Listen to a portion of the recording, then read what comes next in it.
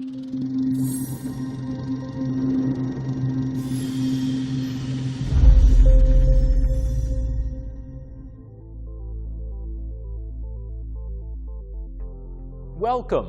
to the wild, wild East, to which we might add, here come the judges.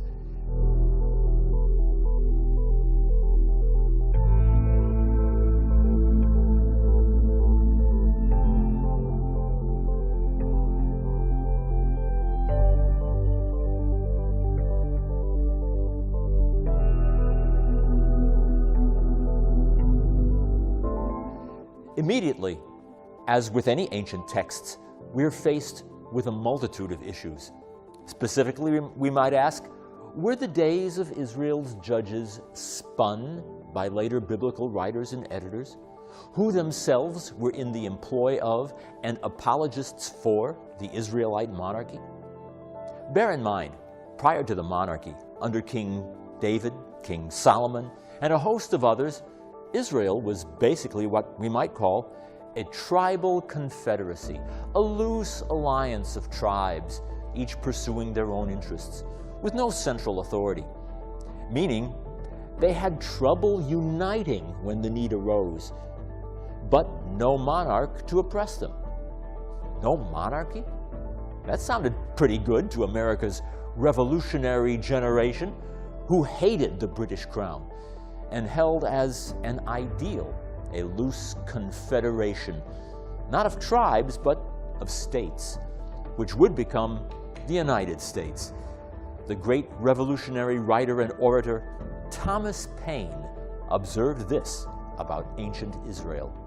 Near 3,000 years passed away from the Mosaic account of the creation, till the Jews, under a national delusion, requested a king. Till then, their government, except in extraordinary cases where the Almighty interposed, was a kind of republic, administered by a judge and the elders of the tribes. Kings they had none, and it was held sinful to acknowledge any being under that title but the Lord of hosts.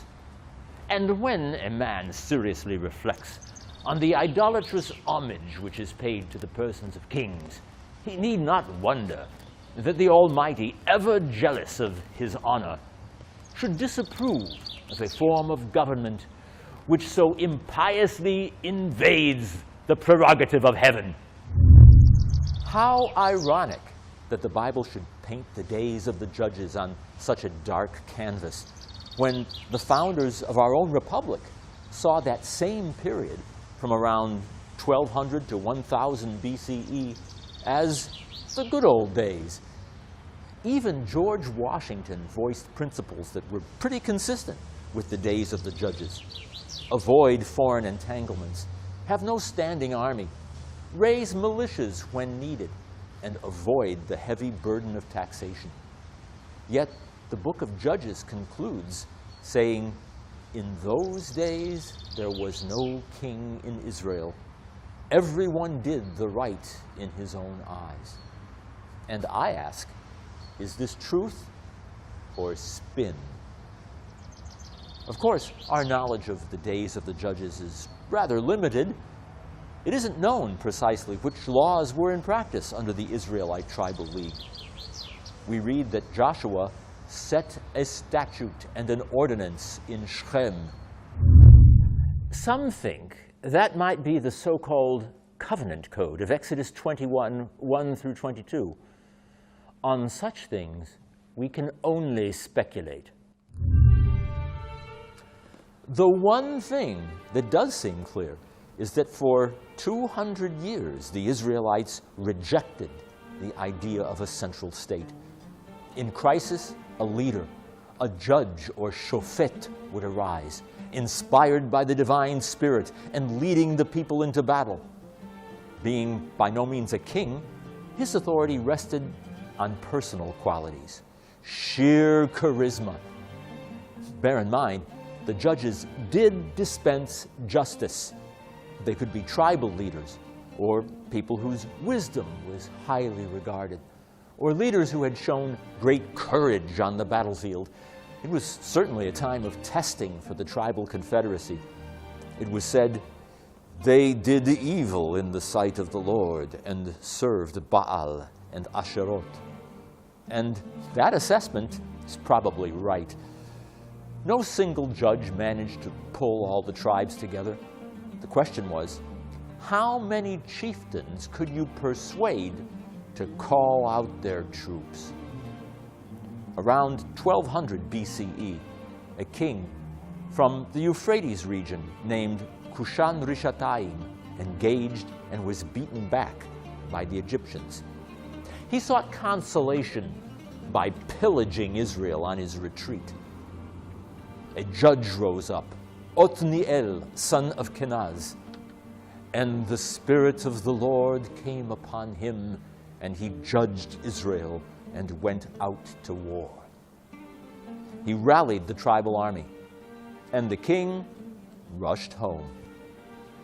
Then, in the early 12th century BCE, the Moabites conquered the tribe of Reuven, then crossed the Jordan and captured Jericho.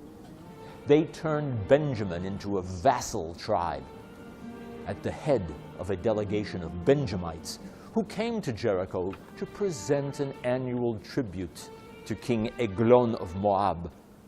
Was one Ehud, son of Gerah, probably a member of an important family. He wears a double-edged dagger concealed on his right side. He asks to have a private word with the king. Eglon is a fat man, and Ehud thrusts his dagger deep in his belly. The shaft goes in after the blade, preventing immediate external bleeding that might be discovered too soon. The attendants think King Eglon is asleep and retreat quietly. Ehud heads for the hills of Ephraim and blows a shofar.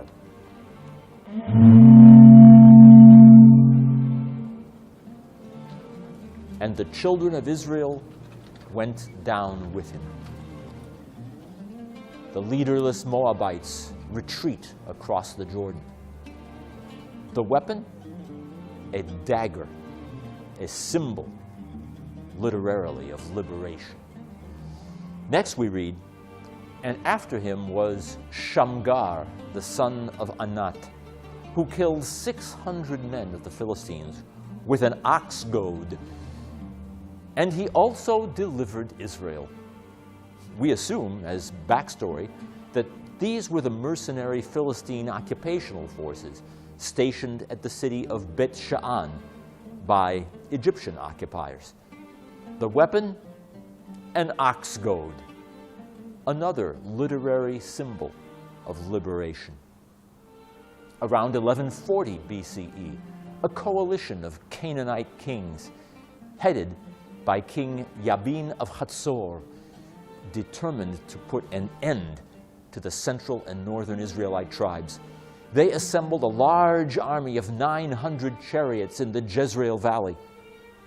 The Israelite tribal militia took up position in the hilly terrain near the rim of the valley, headed by the Israelite commander, Barak, and the great female judge, Deborah. The Canaanite general, Sisera, gathered the Canaanite chariots at Tanakh by the waters of Megiddo and proceeded to Mount Tabor. The Canaanites were confident in the surprise element and in their chariots lacking to Israel. Yabin had an advantage in manpower and weaponry, but his chariots couldn't negotiate Mount Tabor and the hills of Galilee, and the initiative remained with Barak. Israel attacked on a rainy day. The valley turned to mud, and the chariots became mired and stuck. The Kishon River flooded, preventing escape. Deborah's great poetic song reads, "The Wadi Kishon swept them away, that ancient wadi, the Wadi Kishon." It's a classic of ancient Hebrew poetry. The defeat of the Canaanite chariots turned into the mother of all retreats. The Canaanites' iron chariots were useless, and the children of Israel turned tactical superiority into triumph. Sisera himself abandoned his chariot, which was stuck in the mire, fleeing on foot through the hills of Lower Galilee toward the Jordan Valley. He was killed in the tent of Yael, wife of Heber the Kenite, likely a priestess, revered by both Canaanites and Israelites. Sisera had sought refuge in her sanctuary, but she was stirred by a command from God and drove a tent peg through his skull. There was never again a serious threat to the tribes of Israel. The weapon? Rain, another literary symbol of liberation. We don't know Deborah's tribe. More important is her portrayal as a spiritual and military leader. But Deborah was not the only Israelite woman to hold a place of power. So, let's raise an issue. How unusual was it for a woman to lead? It was rare, but not unprecedented in the ancient world. Women were especially esteemed in Egypt, but not in Canaan. So we just might look at Israel during the period of the Judges as progressive. Do you suppose Israel became more hierarchical and, yes, more sexist as the tribal confederacy later became a full-fledged monarchy? A new threat later presented itself: nomadic marauders from the desert, Amalekites, Midianites, and B'nai Kedim, acting as their own tribal confederacy. They used camels, which terrified the sedentary Israelites. An unlikely judge arose, Gideon, son of Joash, of the tribe of Manasseh. He leads a carefully picked force of 300 tribesmen. He climbs the hills at night by torchlight. He orders his men to conceal their torches within pitchers. They advance from 3 sides, blowing their horns and breaking the pitchers. They shout, "The sword for the Lord and for Gideon." The marauders flee in panic, trapped by the Israelite force. The weapons? Shofars, torches, and pitchers, all symbols of liberation. The children of Israel being oppressed by the Midianites, Gideon marched against them with a small army, and victory, through the divine interposition, decided in his favor. The Jews, elate with success and attributing it to the generalship of Gideon, proposed making him a king. "Rule thou over us, thou and thy son's son." Here was temptation in its fullest extent. Not a kingdom only, but an hereditary one. But Gideon, in the piety of his soul, replied, "I will not rule over you, neither shall my son rule over you. The Lord shall rule over you." Words need not be more explicit. Gideon doth not decline the honor, but denieth their right to give it. Neither doth he compliment them with invented declarations of his thanks, but in the positive style of a prophet charges them with disaffection to their proper sovereign, the King of heaven. But one of Gideon's sons, Avimelech or Abimelech, later makes himself king over Shechem. The people rebel, and he burns the city in battle, only to be killed in battle for another city. The weapon? A stone tossed down by a woman on the wall. Another symbol of liberation. We're told the land was not yet ready for a king. as if things are better with a monarchy? Is this more biblical spin? The next threat. The Ammonites desire lands once captured by Moses and gather an army. The people appeal to Yiftach, or Jephthah, for help. Jephthah is the son of a harlot whose half-brother threw him out so that he wouldn't share in their inheritance. He roams about and becomes a brigand, perhaps one of the Habiru. But now the Spirit of the Lord came upon Jephthah. He vows that if he succeeds in his battle against the Ammonites, he'll offer as a burnt offering whatever comes forth from the doors of my house to meet me. Jephthah wins, returns, and his daughter came out to meet him with timbrel and with dances, and she was his only child. He did with her according to the vow which he had vowed. No further details are given. The weapon? A vow, a symbol of liberation, but also of folly.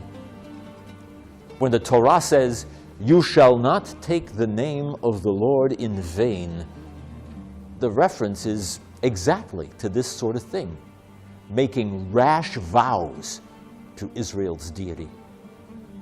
Next, a powerful man from the tribe of Dan rises to slay Philistines, Samson. The struggle with the Philistines is the background for the Samson stories. The Philistines came to the land in the 12th century before the Common Era, several generations after the arrival of Israel. They settled along the southern coast around three main cities: Gaza, Ashkelon, and Ashdod. They had two more centers inland, Gat and Ekron. At the start of the 11th century, the five cities organized into a confederation. They probably brought with them the art of ironworking, preserving a monopoly in this trade right until the days of King Saul. In the days of Samson, the Philistines had already gotten the upper hand, ruling various parts of Judah. As a young man, Samson, known for his Herculean strength, falls in love with a Philistine girl from Timnah. He asks his parents to arrange a marriage. They oppose, but he persists. One day, Samson meets a lion. He wrestles and strangles the lion with his hands. Later, on another visit to Timnah, he sees that the carcass has become infested with beehives. During the wedding feast, he promises fine linen clothing to his companions if they can solve a riddle. Out of the eater came something to eat. Out of the strong, something sweet. They get his wife to coax it out of him and return to Samson, saying, "What's stronger than a lion? What's sweeter than honey?" Samson, in anger, slays many Philistines, giving their clothing to his companions. The weapon? The jawbone of a donkey, a symbol of liberation. Samson also went to a harlot named Delilah, who is bribed to find the source of his strength. He tells her several lies. For example, that if he's bound with 7 vines, he'll become weak. The Philistines try this. It doesn't work. She coaxes him again, and he finally says that if his hair is cut, he will lose his strength. So she cuts off his hair, and he's captured, blinded, and brought to the Philistine temple during a festival. Samson prays one last time, gets his strength back, and tears down the central columns, bringing down the whole temple and killing all. Next, a bloody internecine war breaks out among the tribes. The cause? Benjamin won't surrender one of its members who had molested and murdered the concubine of another tribesman. The bereaved man cuts up her corpse, sends pieces to the tribes throughout the land. In a cry for justice, war is declared on Benjamin. Benjamin is successful at first, but almost wiped out in the end. There were no judges in this civil war. The weapons used were against each other. There was no liberation. The total number of judges, 12, one for each tribe. But here's the issue. As the biblical narrative continues into the books of Samuel, the tribe of Benjamin appears strong and healthy when they had just been almost annihilated. How odd. Could it be that the whole incident occurred earlier, perhaps toward the beginning of the period of the Judges, only to be transposed to the end as part of the larger spin, and that this was a chaotic age in which everyone did the right in his own eyes because there was no king in Israel? Amid all these tales, a distinctive history emerges. After a period of piety and tranquility, Israel begins to follow false gods. The deity punishes them by sending foreign warriors to oppress them. When Israel repents, God sends a hero, a shofet, to the rescue. The oppressor is overthrown, peace restored. Then the cycle of apostasy, oppression, repentance, and deliverance repeats itself. Underlying all this is a picture of the uncertainties of life in Canaan during the 12th and 11th centuries. The League of 12 tribes survived nearly 200 years with no move to create a unified state. Monarchy, prevalent in Canaan, was anathema to Israel, at least for the time being. Thomas Paine said it best. The nearer any government approaches to a republic, the less business there is for a king. Of more worth is one honest man to society and in the sight of God than all the crowned ruffians that ever lived. But all of that was, of course, soon to change.